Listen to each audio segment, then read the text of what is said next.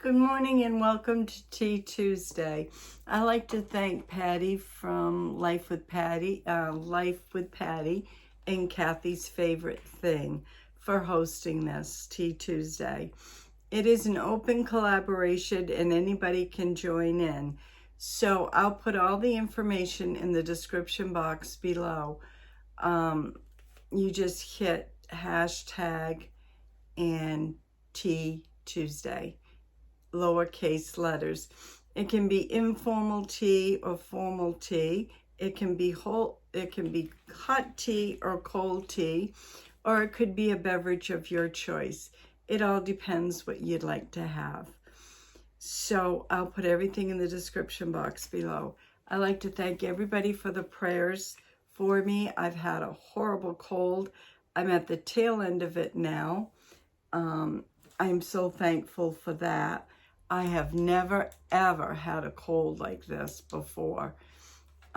It's been horrible. I can't even remember the last time I had a cold. And to get a cold this time of year, I don't know. But anyhow, I got that I wanted to share. And I also got the Color Crush wraps on. I put them on last night.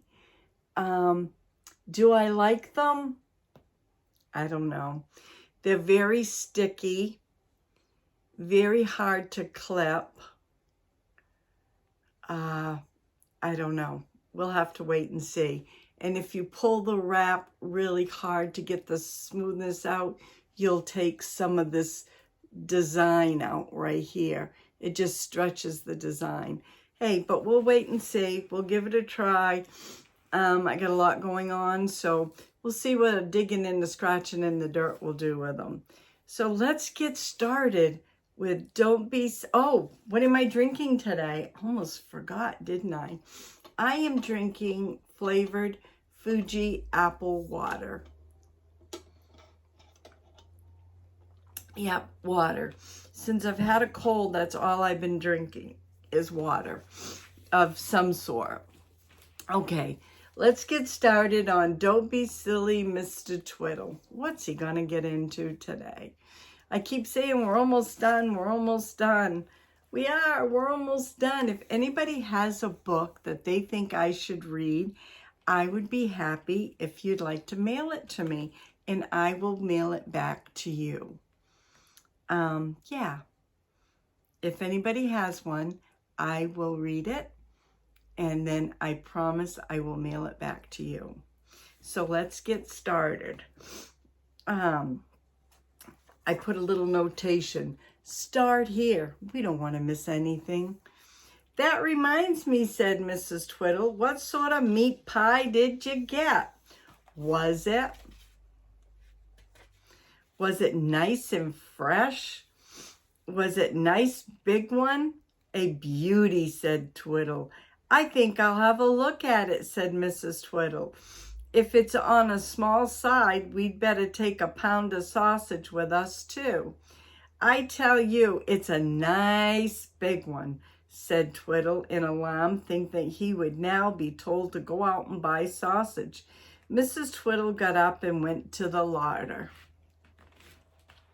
She opened the door, and the first thing she saw was a pair of dirty galoshes standing on the shelf. She gave a squeal. Gracious! What's this? What's what? Said Twiddle. This, said Mrs. Twiddle. And she held up the galoshes. Oh my, clean shelf in my clean larder. What do you mean by it, Twiddle? Have you gone mad? Twiddle stared at the galoshes. He must have put them in there without thinking. Sorry, wife, he said. It was a mistake. I should think it was, said Mrs. Twiddle, throwing the galoshes on the floor. Now, where's that meat pie? I can't see it. No meat pie was there. Mrs. Twiddle turned to Twiddle and scolded him. Where did you put the pie? Didn't I tell you to put it in here? Have you taken it to your bedroom? Have you left it in on the porch? Mr. Twiddle couldn't remember. Oh my. I'll go and look, said Mrs. Twiddle, pointed to his galoshes. Put them in the boot cupboard as you go by, she said. Twiddle picked them up. He went to the door cupboard and opened it. The cat shot out at once, looking remarkably fat. A curious smell came from the cupboard, rather tasty and rich. Mr. Twiddle smelt it, and a particular look came over his face.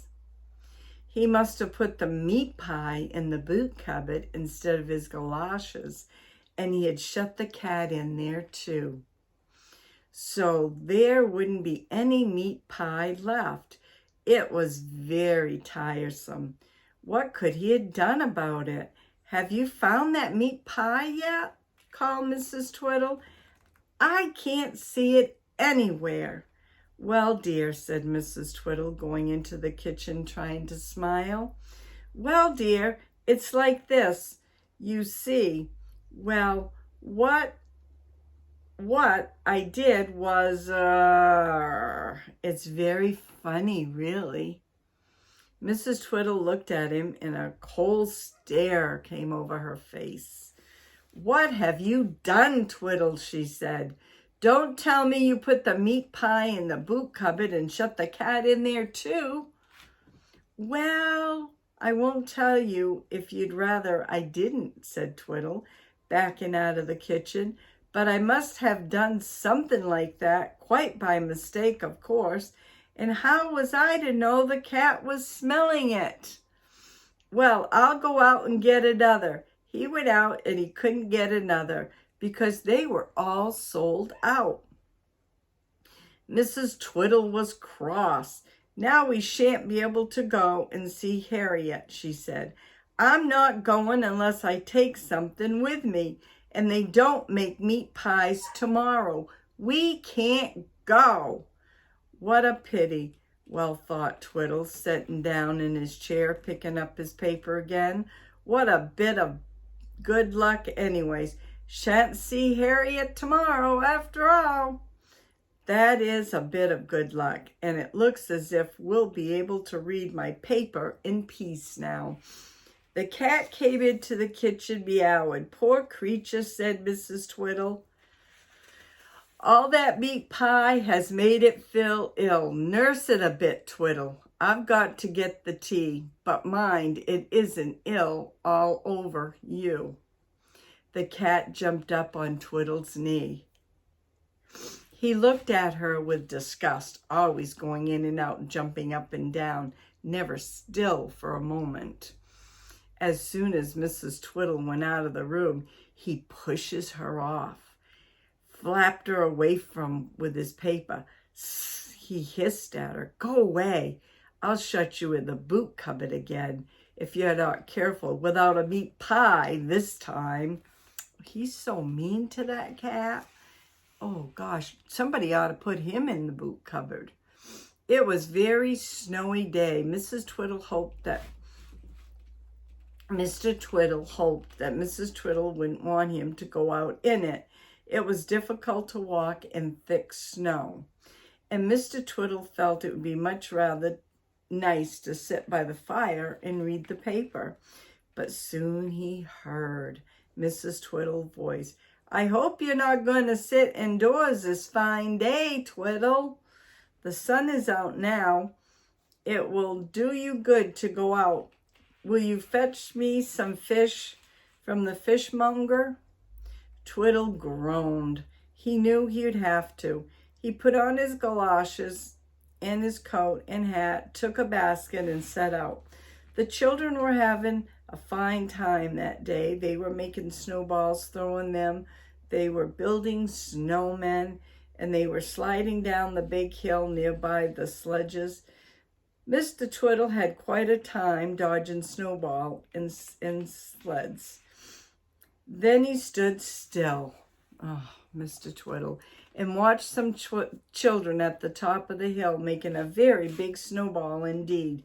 "We're going to roll it down the hill and it will get bigger and bigger," they cried. Mr. Twiddle watched as they began to roll the big snowball downward. Halfway down, it was big indeed. Then he began to roll down by itself like a round avalanche. It came down more and more quickly, and Twiddle tried to hop out of its way, but it was just too late, and the big snowball struck him very hard indeed. Mr. Twiddle was knocked right over. Then he was taken onward, and the snowball, which was still rolling and gathering more snow. On and on he went, rolling over and over, getting the snow all over him. Then the snowball stopped in the middle of the village street, which just then happened to be empty. "Didn't it roll well?" shouted the children on the hill. "Let's make another." They hadn't seen that their snowball had knocked and taken Mrs. Twiddle along with it. They set out to work to make another. Mr. Twiddle was buried in the middle of the big snowball. Mr. Twiddle, he didn't like it. He had snow down his neck and his mouth and his ears and his nose. It was cold and horrid. Mr. Twiddle began to struggle and groan. An old lady came by. She looked at him in alarm at the snowball. What particular noises was coming out of it? Was the matter with it? And there's Mr. Twiddle and the snowball. And I'm going to stop right there this week. Thank you for coming along. And let's see. We have this much more to go. That's it. Well, have a great day. Please go on over and check out the other ladies for Tea Tuesday.